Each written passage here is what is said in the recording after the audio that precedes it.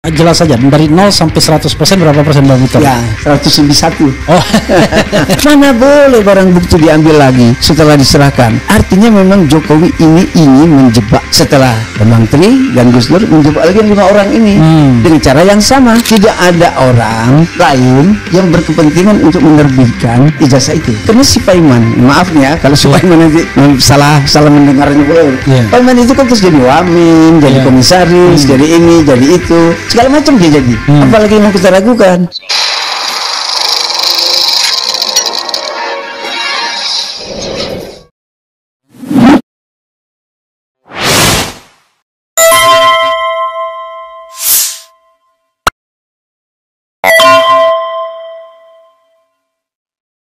Tanya Abang Victor ya. Ini ada sampai terkait juga dengan pertanyaan ini ya. Dari Wawan ya. Maaf, apa Pak Victor tahu dengan mata kepala sendiri menyaksikan pemalsuan ijazah tersebut? Tidak. Ya. Oke, ini tidak jawab follow up pertanyaannya adalah berapa persen yakin bahwa ijazah itu memang dibuat di pasar pramuka? Ya, pasar pramuka kan memang pasar bisnisnya pembuatan dokumen-dokumen palsu. Iya. Apapun bisa dibikin di situ. Katanya visa ke Amerika pun bisa dibikin di situ. Iya. Nah, yang saya ingin menjelaskan dari pertengkaran itu adalah kesalahan yang sepertinya sengaja dilakukan oleh KPU, KPUD itu. Karena dalam proses pelaksanaan tugas negara melakukan pemilu dan pilpres itu adalah perannya KPU. Jadi di situ ada pelaksanaan undang-undang, ada pelaksanaan peraturan dengan anggaran yang cukup besar. Seharusnya KPU itu setelah menerima berkas-berkas dari para kandidat, mendatangin kampus atau sekolahan. Bu, Pak, para rektor atau dekan, kami dari KPU 3 orang, si A, si B, si B, kan, membawa dokumen para kandidat. Kami ingin mencocokkan berkas dokumen ini dengan yang ada di kampus. Karena kan ini ternyata kan di sini disebut nama universitas kan. Kami ingin melihat arsip. Nah, ini kan dicocokin di arsip itu. Dikeluarinlah arsip tentang si A, si B. Ternyata kan nggak cocok, berarti kan palsu. Tapi kalau sekiranya dinyatakan cocok, kan berarti selesai. Jadi 2005 itu, kalau benar-benar ini ada, kan selesai. Ini sampai 2025, artinya ini kan dibiarkan seperti itu gitu. Orang sampai ribut-ribut masalah ini, padahal itu sudah 20 tahun yang lalu. Kenapa KPU itu tidak menjawab? Jadi kalau kita melihat betapa kecewanya kita kepada Jokowi, hal yang sederhana, tunjukkanlah ke ijazahmu atau ke UGM, ini arsipnya si Ano, si Jokowi, tunjukkan ini arsipnya, ini kan ada fotokopinya. Tapi itu kan dua-duanya nggak memberi. Nah, sekarang kalau memang ada tim atau orang yang masih ingin mengejar itu, tanya tentang berita acara verifikasi, harus ada, karena itu ditandatangani dengan sah, karena itu tugas negara. Jadi kami fakultas ini dekan menerima kunjungan dari KPUD siapa CB mencocokkan arsip-arsip dengan apa berkas. Tapi nggak pernah dilakukan. Nah, sampel UGM tunjukkan kami sudah menerima tim verifikasi dari KPUD.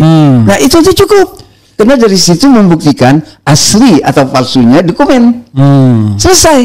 Nah, jadi sembunyinya Jokowi ini apa? Nah, jadi kita sekarang mencari jalan melingkar. Karena kalau terus-terusan seperti yang kita lakukan sekarang, mana Jokowi, mana ijazahmu, ini ijazahku, dia tetap nggak mau keluar. Kita bisa bayangkan bahwa Bambang Tri dan Gus Dur itu di penjara tanpa barang bukti. Polisi tidak bawa, jaksa tidak bawa, kan hakim tidak membuktikan. Orang ini di penjara 6 tahun tanpa barang bukti. Nah, sekarang 5 orang atau 6 orang ini akan dilakukan sama lagi dengan Polda Jakarta. Kalau Polda Metro, mereka sekarang dari penyidikan menjadi sidik kan, ditingkatkan kan. Nah, tentunya karena Jokowi katanya datang ke situ mengambil, mana boleh barang bukti diambil lagi setelah diserahkan. Artinya memang Jokowi ini ingin menjebak setelah Bambang Tri dan Gus Dur menjebak lagi 5 orang ini dengan cara yang sama. Nah, apa kita harus membiarkan masyarakat kita sebanyak ini membiarkan hukum seperti itu? Dan Jokowi sudah selesai menjadi presiden, sementara orang di penjara. Kan itu. Nah, saya ingin mencari jalan lain. Ayo kita rame-rame lagi ke UGM atau ke SMA-nya. Tanya mana surat tanda terima pemeriksaan atau berita acara dari verifikasi itu. Kalau nggak ada kan berarti memang ini sengaja atau apalah namanya. Oke, Bang Bitor, ini lagi ya. Silakan minum Bang kalau memang butuh minum. Dari MRA ARS ST, nggak tahu namanya siapa ini ya. Anda waras tidak Bitor, narasi-narasi Anda tidak valid. Bikin gaduh saja dengan akalan Anda. Saya sudah janji membacakan semuanya kan. Kalau dia pertanyaan saya bacakan. Silakan. Kalau soal valid kan sekarang sudah mengarah ke sana. Yang tadinya dibilang salah, katanya. Sekarang sudah ketemu bahwa ada kios di Pasar Pramuka itu. Ada pemiliknya, sahabatnya siapa? Jokowi. Timnya Solo. Terus mau dibilang apa lagi? Ini kan tinggal kalau sekiranya benar nih dia melaporkan saya ke polisi, saya mau cari polisi nanti memeriksa ini. Di mana kau punya kios, berapa banyak kios kau, apa aja yang dikerjakan oleh kios kau itu, ya kan? Nah, kan kesana arahnya. Jadi yang dibilang katanya ketemu, sudah ada kiosnya, ada pemiliknya, tinggal ditanya melakukan yang punya Jokowi apa enggak? Karena 23 orang di situ ditangkap pada 2015. Semuanya adalah pelaku ijazah palsu. Pembuat ijazah palsu. Nah, 23 itu siapa saja kan harus bisa dicari itu. Ada di kepolisian, daftar namanya, berapa tahun mereka di penjara. Kan ada. Jadi yang saya sebut katanya itu ada. Oke, ini ada lagi ya. Harusnya Bang Bitor tidak menerima uang itu di saat waktu seperti ini. Betul. Meski uangnya bukan untuk Bang Bitor, harusnya Pak Iman menyerahkan sendiri ke yang bersangkutan, biar tidak ada fitnah. Betul. Sepakat. Saya kan tadinya cuma minta kepada teman saya, dia sudah makmur lah, sama-sama aktivis. Jadi saya bilang bantu dong, besok saya mau bikin acara. Tahu-tahu dia rencanakan seperti itu. Apa boleh buat lah? Kalau itu dibilang saya meres, enggak.